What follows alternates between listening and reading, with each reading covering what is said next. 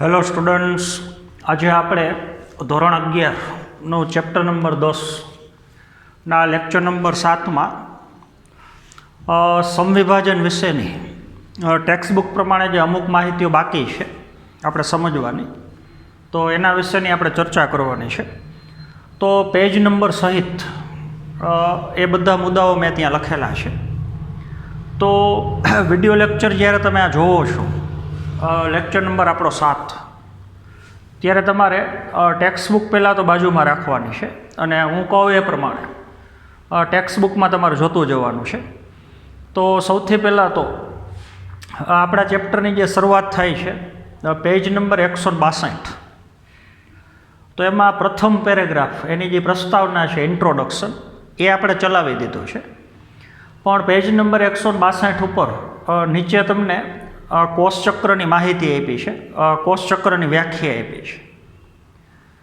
તો એ પેરેગ્રાફ પછી હું ટેક્સ્ટ પ્રમાણે વાંચું છું. પહેલાં આપણે કોષચક્ર એ આખું બતાવી દઈએ. તો સૌથી પહેલાં તો માતૃકોષ, રંગસૂત્રની દ્રષ્ટિએ 2N છે, અને એ કોષ ઉપર સૌથી પહેલો તબક્કો થશે જીવન. તો આપણને ખબર છે જીવન તબક્કામાં કોષનું કદ મોટું થાય. ત્યાર પછીનો તબક્કો આવશે, આપણને ખબર છે S તબક્કો. ત્યાં જનીનદ્રવ્ય DNA અણુ બેવડાય, તો રંગસૂત્રે દ્વિગુણન પામે, બેવડાય. ત્યાર પછીનો તબક્કો તો એને આપણે G2 અવસ્થા કહીએ છીએ. તો અહીંયા આંતરાવસ્થા પૂરી થઈ ગઈ, આપણને ખબર છે. આ ત્રણેયને ભેગું કરો તો એ આંતરાવસ્થા છે. ત્યારબાદ એને અનુલક્ષીને આગળ થતી ક્રિયા, અહીંયા આંતરાવસ્થા પૂરી, તો આગળ થતા તબક્કાને હવે આપણે M તબક્કો કહીએ છીએ. તો M તબક્કાની અંદર પ્રથમ ક્રિયા છે એ કોષ કેન્દ્ર વિભાજન છે.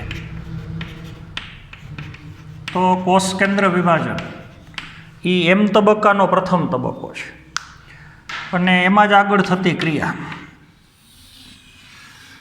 એટલે કોષ રસ વિભાજન છે. તો હવેની જે ક્રિયા છે એને આપણે કહીશું કોષ રસ વિભાજન. કોષ કેન્દ્ર વિભાજન અને કોષ રસ વિભાજન એ બે ભેગું કરી નાખો એટલે થઈ ગયો આપણે M તબક્કો અથવા M અવસ્થા. આ ત્રણેયને ભેગું કરી નાખો તો એ ક્રિયા થઈ ગઈ તમારે આંતરાવસ્થા. તો આખી જે ક્રિયા થઈ એને આપણે કહીએ છીએ કોષચક્ર. તો એના વિશેની માહિતી જે આપણે હવે ટેક્સ્ટબુક પ્રમાણે ક્લિયર કરીએ છીએ. આમ તો બધું આપણે ચલાવી દીધું છે અને સમજાવી દીધું છે, ખાલી વાક્ય તમારે સમજવાના છે. તો જે પ્રમાણે હું ટેક્સ્ટમાં વાંચું છું, કોષચક્ર જ્યાં તમારે હેડિંગ આપેલું છે પેજ નંબર 162 ઉપર, તો એ પેરેગ્રાફ હું આખો વાંચું છું. તો બહુ સહેલું છે. તો કોષ વિભાજન બધા જ સજીવમાં એક ખૂબ જ મહત્ત્વપૂર્ણ પ્રક્રિયા છે. તો ગયા પીરિયડમાં જ આપણે સમવિભાજનનું મહત્ત્વ સમજ્યા. દરેક સજીવમાં આપણને ખબર છે યુગ્મનજમાંથી આખું શરીર બને, પછી સજીવનો જન્મ થયા પછી એની વૃદ્ધિ થાય. તો એ બધી ક્રિયા માટે કોષ વિભાજનની ક્રિયા, નવા કોષનો શરીરમાં ઉમેરો એ જરૂરી છે. તો દરેક બહુકોષી સજીવ અને એકકોષી સજીવોમાં પ્રજનન અને વૃદ્ધિ કરવા માટે કોષ વિભાજનની ક્રિયા એ અગત્યની ક્રિયા છે. ત્યાર પછીનું વાક્ય આખું સળંગ વાંચું છું. કોષ વિભાજન દરમિયાન DNAનું સ્વયંજનન અને કોષમાં વૃદ્ધિ થાય છે. આ જે કોષ વિભાજનની ક્રિયા થાય એમાં આપણને ખબર છે S તબક્કાની અંદર જીવન તબક્કાના કોષ કેન્દ્રમાં જેટલા DNAના અણુ હોય એના કરતાં S તબક્કામાં DNAના અણુની સંખ્યા બમણી હોય. તો દરેક DNAનો અણુ એક DNAમાંથી એના જેવા જ 2 DNA બને છે. તો DNAનું સ્વયંજનન, સંશ્લેષણની પ્રક્રિયા. હવે તમને ખબર છે DNA રંગસૂત્ર ઉપર હોય, DNA બેવડાય તો ભેગું રંગસૂત્રે બેવડાય. તો રંગસૂત્રનું દ્વિગુણન અથવા DNAનું દ્વિગુણન, DNAનું સંયોજન એ S તબક્કામાં થાય. અને કોષ વિભાજનમાં કોષમાં વૃદ્ધિ થાય તો એ જીવન તબક્કામાં થાય. તો જીવન તબક્કામાં કોષરસનું પ્રમાણ વધે અને એસ તબક્કાની અંદર કોષ કેન્દ્રમાં ડીએનએના અણુની સંખ્યા બેવડી થાય. તો આ બધું તમને ખબર છે. તો આ બધી પ્રક્રિયાઓ જેમ કે કોષ વિભાજન, એક કોષમાંથી બે કોષ બનવાની ક્રિયા એટલે કોષ વિભાજન, પછી ડીએનએ સંયોજન જે એસ તબક્કામાં થાય અને કોષ વૃદ્ધિ જે જીવન તબક્કામાં થાય. તો આ બધી ક્રિયાઓ કોષ વિભાજન, એસ તબક્કામાં ડીએનએનું સંયોજન અને જીવન તબક્કામાં કોષની વૃદ્ધિ. તો આ બધી ક્રિયા એકબીજા સાથે સંકલિત થઈ અને યોગ્ય કોષ વિભાજન અને બાળકોષોનું માતૃકોષ જેવું જ જનીન સંકુલ ધરાવતા સંતતિ કોષના નિર્માણને સૂચવે છે.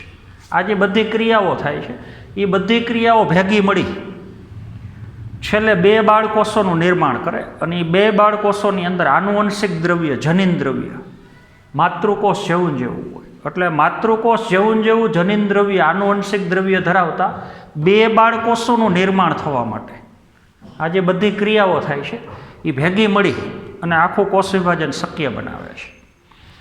ત્યારબાદ કોષ તેના દ્વારા જનીન દ્રવ્યનું, હવે તમને આખી કોષ ચક્રની વ્યાખ્યા આપી છે. કોષ તેના દ્વારા જનીન દ્રવ્યનું દ્વિગુણન, અન્ય ઘટકોનું સંશ્લેષણ અને પછી બે બાળકોષમાં તેનું વિભાજન પામવાના ક્રમને કોષ ચક્ર કહે છે. તો કોષની અંદર પહેલાં તો જનીન દ્રવ્યનું દ્વિગુણન એટલે ડીએનએનું સંયોજન એ એસ તબક્કામાં થાય. પછી અન્ય ઘટકોનું સંશ્લેષણ, આપણને ખબર છે કોષરસનું પ્રમાણ વધે, અલગ અલગ પ્રકારના પ્રોટીન બને, અંગિકાઓ બેવડે, તો અન્ય ઘટકોનું સંશ્લેષણ થાય. ડીએનએ તો બને જ, પણ અન્ય ઘટકોનું પ્રમાણ પણ કોષની અંદર હોય એના કરતાં બમણું થાય. તો કોષ જેના દ્વારા જનીન દ્રવ્યનું દ્વિગુણન થાય, અન્ય ઘટકોનું સંશ્લેષણ અને ત્યાર પછી બે બાળકોષમાં તેનું વિભાજન, છેલ્લે બે બાળકોષમાં આ બધા ઘટકોનું વિભાજન. તો એ જે આખો ઘટનાક્રમ બન્યો ક્રમશઃ એને કહેવાય કોષ ચક્ર. તો વ્યાખ્યા ખાસ તમારે યાદ રાખવાની છે. હવે છતાં પણ કોષની વૃદ્ધિ એટલે ખરેખર તો કોષરસના પ્રમાણમાં વધારો થવાની ક્રિયા. નાના કદનો કોષ હોય તો કોષરસ ઓછો હોય અને મોટા કદનો કોષ હોય તો કોષરસનું પ્રમાણ વધારે. તો કોષની વૃદ્ધિ થવાની ક્રિયા એ સતત ક્રિયા છે. આખા કોષ વિભાજનમાં કોષના કદમાં તો ફેરફાર થતો જ હોય, થોડી ઘણી વૃદ્ધિ થતી હોય, પણ વધુમાં વધુ વૃદ્ધિ છે એ જીવન તબક્કામાં થાય.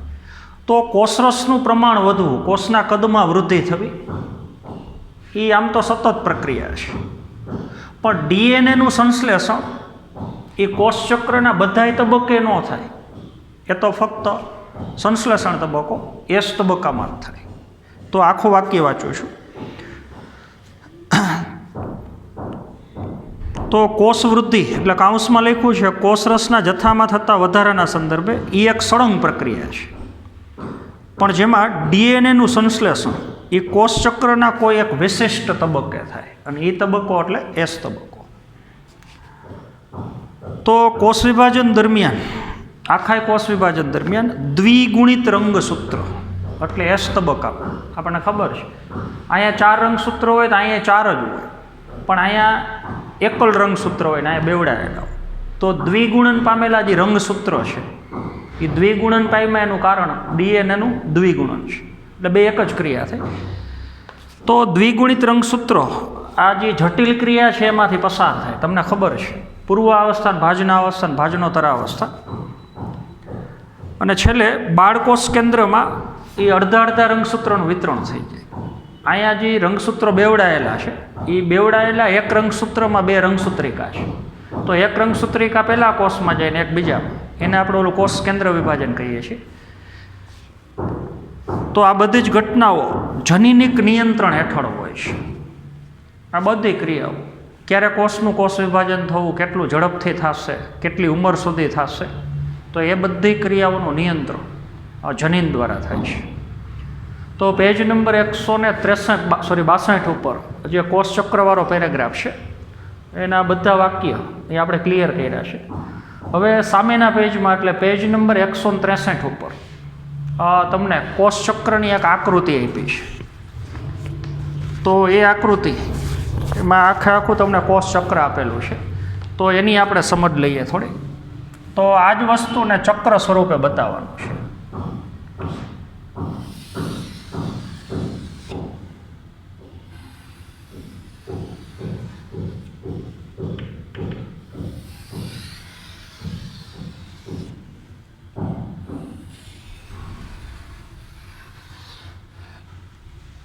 તો એ તમે જાણો છો.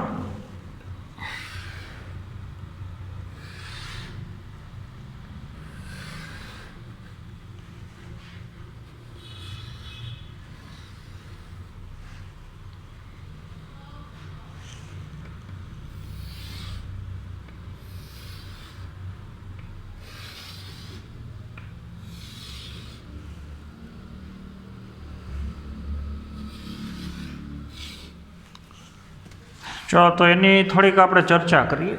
આખો કોષ ચક્ર સ્વરૂપે સમજવાનું છે. તો સૌથી પહેલાં તો પ્રથમ કોષ આપણને ખબર છે અહીંયા.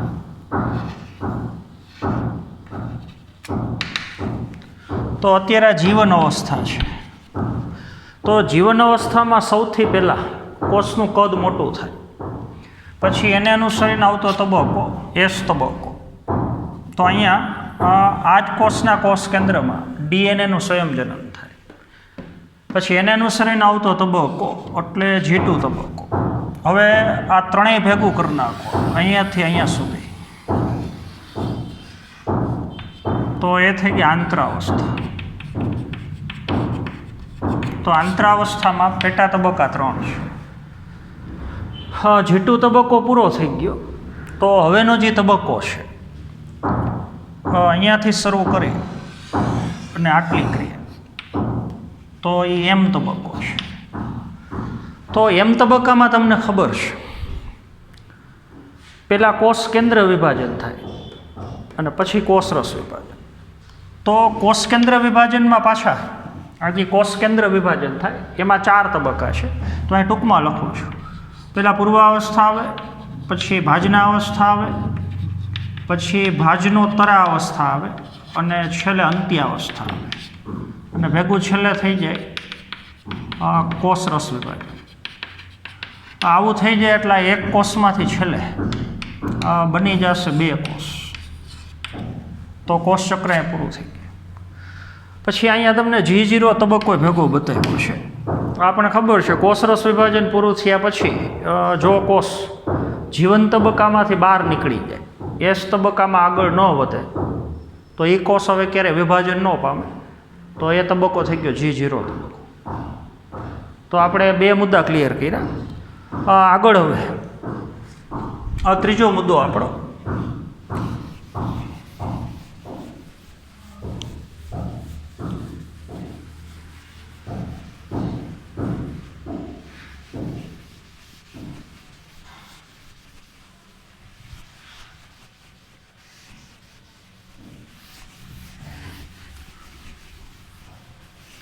ત્રીજા મુદ્દાની અંદર આપણે પેજ નંબર 163 ઉપર જ કોષ ચક્રની જ્યાં તમને આકૃતિ આપી છે એની નીચે એક ટેબલ આપ્યું છે. તો એ ટેબલના વાક્ય આપણે ક્લિયર કરીએ છીએ. હું જે પ્રમાણે જવાબ બોલું બધા ક્વેશ્ચન માર્ક છે એ તમારે લખતું જવાનું છે. તો ટેબલ વાંચું છું. વનસ્પતિ અને પ્રાણી તેમના જીવનકાળમાં કેવી રીતે વૃદ્ધિ કરે છે? વનસ્પતિ અને પ્રાણી.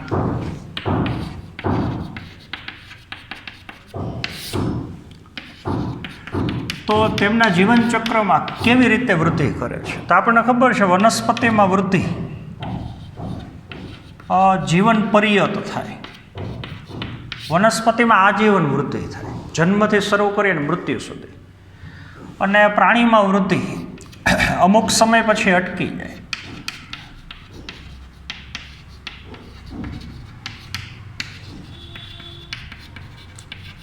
તો વનસ્પતિમાં વૃદ્ધિ જીવન પર્યત થાય, તો એમાં અસીમિત વૃદ્ધિ છે, એની કોઈ મર્યાદા નથી, અમર્યાદિત. અને પ્રાણીમાં અમુક સમય પછી વૃદ્ધિ અટકી જાય, તો એમાં સીમિત વૃદ્ધિ છે. તો આ ગુણધર્મ છે. એટલે એક વાત આ થઈ.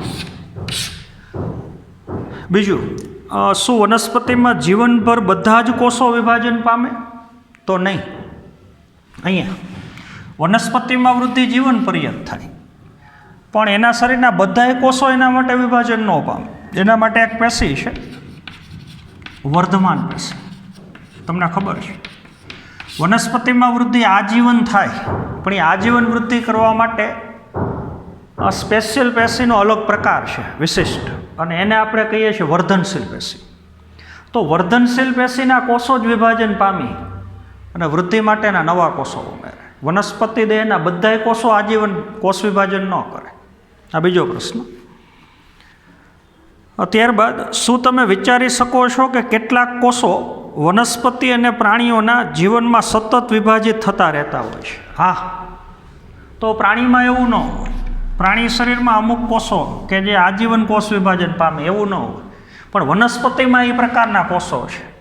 તો વનસ્પતિ દેહના બધાય કોષો આજીવન કોષ વિભાજન ન પામે, પણ એના માટે અલગ પેશીનો પ્રકાર છે, એની વર્ધમાન પેશી. તો એ વર્ધમાન પેશીના કોષો વનસ્પતિમાં આજીવન કોષ વિભાજન કરે છે.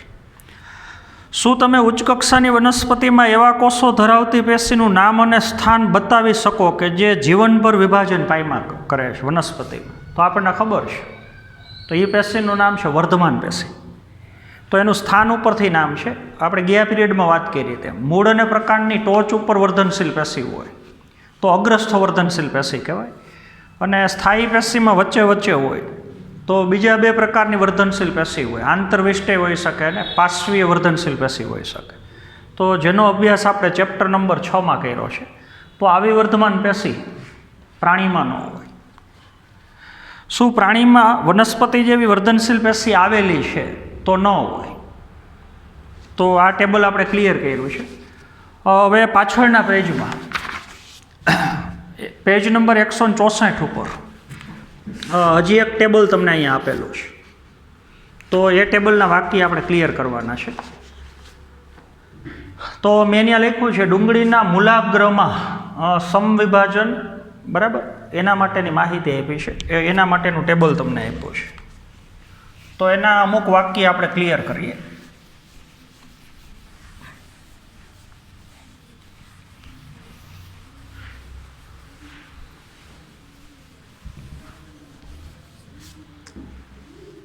તો પહેલાં તો જે માહિતી આપી છે એ પ્રમાણે હું કોષ બતાવું છું. તમને ખબર છે, આપણે ડુંગળીની વાત કરીએ તો ડુંગળીનું મૂળ નીચેની તરફ, અને એ મૂળનો જે ટોચનો ભાગ છે, તો હું જે રાઉન્ડ કરું છું ત્યાં ઓલી અગ્રસ્થ વર્ધનશીલ પેશી હોય, મૂલાગ્ર. તો ત્યાં સતત સમવિભાજન થઈને નવા કોષો બનતા હોય. તો મૂલાગ્રના કોષમાં જ્યારે સમવિભાજન થતું હોય તો અલગ અલગ અવસ્થાના કોષમાં ડીએનએ જનીનદ્રવ્યની શું પરિસ્થિતિ હોય અને રંગસૂત્રની સંખ્યા કઈ રીતથી હોય, તો એનો આપણે જવાબ આપવાનો છે.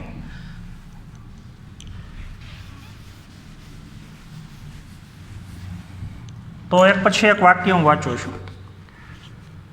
તમે ડુંગળીના મૂલાગ્રમાં જોવા મળતા કોષોમાં સમવિભાજનનો અભ્યાસ કરી ચૂક્યા હશો 8, 9, 10માં કેવી રીતે.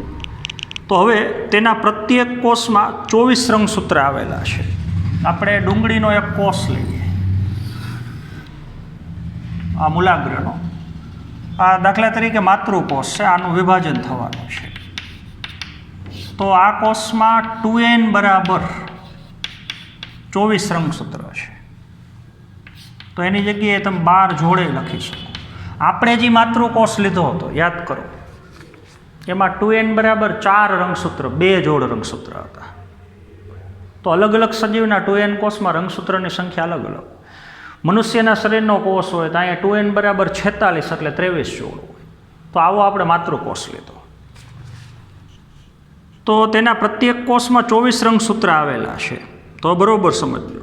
તો શું તમે કહી શકો કે જીવન અવસ્થા S અને M અવસ્થા પછી કોષમાં કેટલા રંગસૂત્ર હોય? તો હવે આ કોષનું કદ મોટું થઈ જાય એટલે તબક્કો થઈ ગયો આપણે જીવન.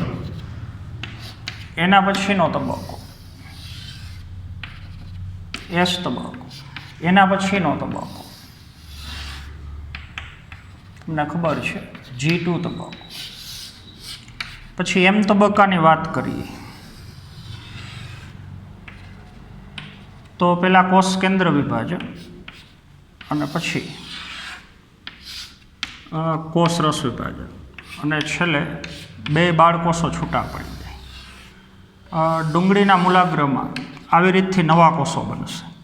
તો જે આટલી ક્રિયા છે આ એમ અવસ્થા છે, એમ તબક્કો. તો હવે આપણને પ્રશ્ન એ પૂછ્યો છે કે ડુંગળીના જે મૂલાગ્રના 2n કોષો છે જેનું સમવિભાજન હજી થવાનું છે એ માતૃકોષમાં 24 રંગસૂત્ર છે. તો જીવન એસ અને એમ તબક્કા પછી જે કોષો બને એમાં કેટલા રંગસૂત્ર હોય? તો બધા એમ 24 જ હોય. માતૃકોષમાં 24 હોય તો જીવન તબક્કામાં પહેલાં તો 24 જ હોય. આમાંય રંગસૂત્ર 24 હોય પણ બેવડાયેલા હોય. તો એસ તબક્કામાં એક વાક્ય હતું કે એસ તબક્કામાં રંગસૂત્રની સંખ્યા જીવન જેટલી જ હોય. એટલે એક રંગસૂત્રમાં 2 રંગસૂત્રિકા છે એટલે રંગસૂત્રિકા લ્યો તો 48 છે, પણ રંગસૂત્ર તો સેન્ટ્રોમિયર એક જ છે, કારણ કે એક જ સેન્ટ્રોમિયરથી 2 રંગસૂત્રિકા જોડાયેલી એટલે 24 જ હોય. પછી G2 તબક્કામાં 24 હોય. હવે કોષ કેન્દ્ર વિભાજનમાં જે 24 રંગસૂત્ર બેવડાયેલા છે એમાંથી 24 રંગસૂત્રિકા આ બાજુ આવે ને 24 આ બાજુ, એટલે ફરી પાછા એમ તબક્કા પછી જે 2 કોષ બને એમાંય રંગસૂત્ર 24 જ હોય. તો પ્રથમ પ્રશ્ન, તો પ્રત્યેક કોષમાં 24 રંગસૂત્ર આવેલા છે, તો શું તમે કહી શકો કે જીવન અવસ્થા એસ અને એમ અવસ્થા પછી કોષમાં કેટલા રંગસૂત્ર હશે? રેડી? હવે બીજો પ્રશ્ન, જો કોષમાં એમ અવસ્થા પછી એટલે નવા બનેલા કોષમાં અંદર જે જનીન દ્રવ્ય છે DNA એનું પ્રમાણ 2C જેટલું હોય બેમાં, તો જીવન એસ અને G2 અવસ્થા પછી DNAની માત્રા કેટલી હોય? આગળ તો આપણને ખબર છે અહીંયા DNAની માત્રા 2C જેટલી જ હોય, અહીંયા પણ DNAની માત્રા 2C જેટલી જ હોય, પણ અહીંયા 4C થઈ જાય. તેનું કારણ તમને ખબર છે. અહીંયા 24 રંગસૂત્ર છે, આમાંય 24 છે, પણ આ એકલ રંગસૂત્ર હોય તો બધાય રંગસૂત્ર ઉપર એક DNA હોય, તો 24 DNA બરાબર 2C, અહીંયા 24 DNA બરાબર 2C. હવે એસ તબક્કામાં 24 રંગસૂત્ર બેવડાઈ જાય, જોજો. તો ભેગા DNAના અણુ બેવડાય એટલે 24માંથી રંગસૂત્ર બેવડાઈ ગયા. રંગસૂત્ર તો 24 જ રહી, પણ બેવડાયેલું રંગસૂત્ર છે. DNAના અણુની સંખ્યા ડબલ થઈ જાય, તો જનીન દ્રવ્યનું પ્રમાણ 4C થઈ જાય. તો G2 અવસ્થામાં 4C હોય. પછી હવે આ 4C જનીન દ્રવ્ય છે 48 DNAના અણુ, તો વળી પાછા એના 2 ભાગ પડી જાય. 24 એક કોષ કેન્દ્રમાં જાય, 24 બીજામાં, તો ફરી પાછું પ્રમાણ 4Cમાંથી ઘટીને 2C જેટલું થઈ જાય. તો જીવન એસ અને G2 અવસ્થા પછી DNAની માત્રા કેટલી હશે? તો અહીંયા હવે આપણે ટેક્સ્ટબુક પ્રમાણે અને બધી રીતથી સમવિભાજન સંપૂર્ણ પૂરું થઈ ગયું. તો આવતા પીરિયડથી હવે આપણે કોષ વિભાજનનો એક બીજો પ્રકાર આવી જ રીતથી અર્ધીકરણની પ્રક્રિયા એ આપણે ખાસ કરીને સમજવાનું છે. તો આજના પીરિયડમાં થોડું આપણે સમવિભાજન અને અર્ધીકરણની ક્રિયા વચ્ચેનો થોડોક આપણે તફાવત લઈએ છીએ કે જો કોષનું અર્ધીકરણ થાય તો શું થાય ને સમવિભાજન થાય તો શું થાય, તો બરાબર સમજવાનું છે. તો સમવિભાજન તમે જાણો છો, આ દાખલા તરીકે માતૃકોષ છે, બરાબર સમજ. તો એમાં 2n બરાબર આપણે લીધું એ પ્રમાણે જ લઈએ કે રંગસૂત્રની સંખ્યા 2 જોડ એટલે 4 રંગસૂત્ર છે. તો એનું સમવિભાજન થાય તો શું થાય એ તમને ખબર છે, એ આપણે લીધું. તો એક માતૃકોષમાંથી છેલ્લે જે 2 બાળકોષો બને તો એ 2 બાળકોષો 2nમાંથી 2n જ બને. તો 2માં રંગસૂત્રની સંખ્યા 2 જોડ, આમાંય રંગસૂત્રની સંખ્યા 2 જોડ, તો એટલા ને એટલા રંગસૂત્ર જડવાના. તો આવા વિભાજનને આપણે કહીએ છીએ સમવિભાજન. બરાબર સમજ. તો સમવિભાજનની ક્રિયામાં એક કોષમાંથી બે કોષ જ બને અને બનતા બે કોષમાં રંગસૂત્રની સંખ્યા જનીનદ્રવ્યનું પ્રમાણ માતૃકોષ જેટલું ને જેટલું જળવાય. તો એવા વિભાજનને આપણે સમવિભાજન કહીએ છીએ. હવે આવતા પીરિયડથી આપણે જે અર્ધીકરણ ભણવાનું છે, આ દાખલા તરીકે આ જ કોષનું જો અર્ધીકરણ થયું હોત, બરોબર સમજ, તો અહીંયા માતૃકોષ રંગસૂત્રની દ્રષ્ટિએ 2n, બે જોડ રંગસૂત્ર એટલે 4 છે. તો એમાં અર્ધીકરણમાં તબક્કા બે છે. પહેલાં થાય અર્ધીકરણ 1, બરોબર સમજ, અર્ધીકરણ 1 એટલે એક કોષમાંથી બે કોષ બને. તો આ તમે સમજી ગયા છો. તો હવે બે જોડ રંગસૂત્ર છે, બરોબર સમજ, એટલે ટોટલ 4 રંગસૂત્ર છે. તો બે જોડ રંગસૂત્ર છે આના કોષ કેન્દ્રમાં, હું બતાવું એ પ્રમાણે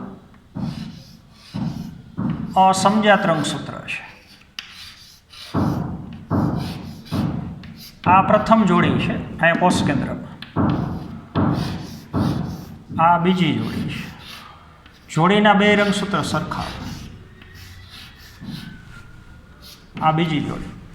તો બે જોડ રંગસૂત્ર એટલે ટોટલ 4 રંગસૂત્ર છે માતૃકોષમાં. તો અર્ધીકરણ 1 થાય, જો બરોબર સમજ. તો અર્ધીકરણ 1માં સેન્ટ્રોમિયરનું વિભાજન જ ન થાય. તો પેલી જોડીમાંથી જે બે એક સરખા રંગસૂત્ર છે એમાંથી એક રંગસૂત્ર આમાં જાય અને એક રંગસૂત્ર આમાં જાય. બીજી જોડીમાંથી એક રંગસૂત્ર આમાં જાય ને એક રંગસૂત્ર આમાં જાય. તો હવે આ કોષો n થઈ ગયા, કારણ કે આમાં રંગસૂત્રોની સંખ્યા 4માંથી બે રંગસૂત્ર એ આમાં જ હશે ને બે રંગસૂત્ર આમાં જ હશે. તો અર્ધીકરણ 1માં માતૃકોષ કરતાં રંગસૂત્રની સંખ્યા અડધી થઈ ગઈ. તો આ કોષમાં બે રંગસૂત્ર છે, પણ અલગ અલગ જોડીના છે. આમાંય બે રંગસૂત્ર છે.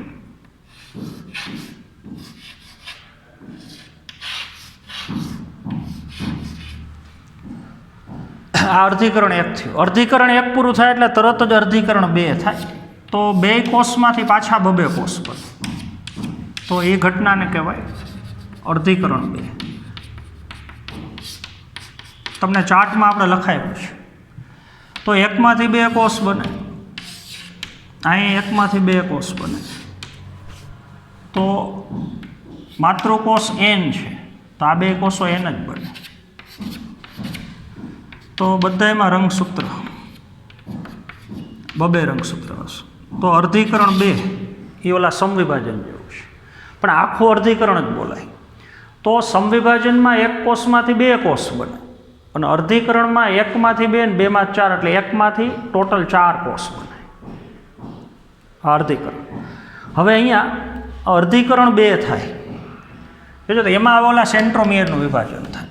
આગળ સેન્ટ્રોમિયરનું વિભાજન ન થાય, આખી રંગસૂત્રની જોડી જ છૂટી પડે. જોડીમાંથી એક રંગસૂત્ર આમાં, એક આમાં, બીજી જોડીમાંથી એક આમાં અને એક રંગસૂત્ર આમાં. હવે આની પાસે જે બે રંગસૂત્ર છે, તો હવે આના સેન્ટ્રોમિયરનું વિભાજન થાય. એટલે પહેલા રંગસૂત્રીમાં બે રંગસૂત્રિકા છે, બરોબર સમજ. તો એક રંગસૂત્રિકા આમાં જાય સિંગલ અને એક રંગસૂત્રિકા આમાં જાય, એક આ કોષમાં ને એક આ કોષમાં. બીજા રંગસૂત્રમાંથી એમ સેન્ટ્રોમિયરનું વિભાજન થઈ જાય. તો એક રંગસૂત્રિકા આમાં જ હશે અને એક રંગસૂત્રિકા એ આ કોષમાં જ હશે. તો આમાં બે રંગસૂત્ર થઈ ગયા ને આમાં એવું જ થશે. તો હવે આખો હિસાબ કરવાનો, બરોબર સમજો. એક કોષમાંથી કેટલા બન્યા? 4 કોષ. તો માતૃકોષમાં કેટલા રંગસૂત્ર છે? 1 2 3 4. અને બનતા જે છેલ્લે બાળકોષ બન્યા 4, એમાં સંખ્યા અડધી થઈ ગઈ, બબે થઈ ગઈ. અહીંયા માતૃકોષ જેટલી રંગસૂત્રોની સંખ્યા જળવાઈ રહી તો સમવિભાજન, અને માતૃકોષ કરતાં સંખ્યા અડધી થઈ ગઈ. આમાં માતૃકોષમાં 4 નામાં બબે. તો આવી અર્ધીકરણની ક્રિયાનો અભ્યાસ હવે આપણે આવતા પીરિયડથી કરવાનો છે. તો પહેલાં એકમાંથી બે કોષ બને એ અર્ધીકરણ 1, અને બેમાંથી 4 કોષ બને એ અર્ધીકરણ 2. તો એ ચાર્ટ તમારે થોડોક આવતા પીરિયડ માટે જોઈને રાખવાનો છે કે અર્ધીકરણ 1 એમાં પેટા તબક્કા કયા છે, અર્ધીકરણ 1 પૂરું થઈ જાય એટલે તરત થતી ક્રિયા અર્ધીકરણ 2, એમાં પેટા તબક્કા કહેવાશે. તો આ બધી ક્રિયાનો હવે આવતા પીરિયડથી આપણે આકૃતિ ઉપરથી આખો અભ્યાસ કરવાનો છે. તો આજના પીરિયડમાં આપણે અહીંયા સુધી રાખશું. Thank you.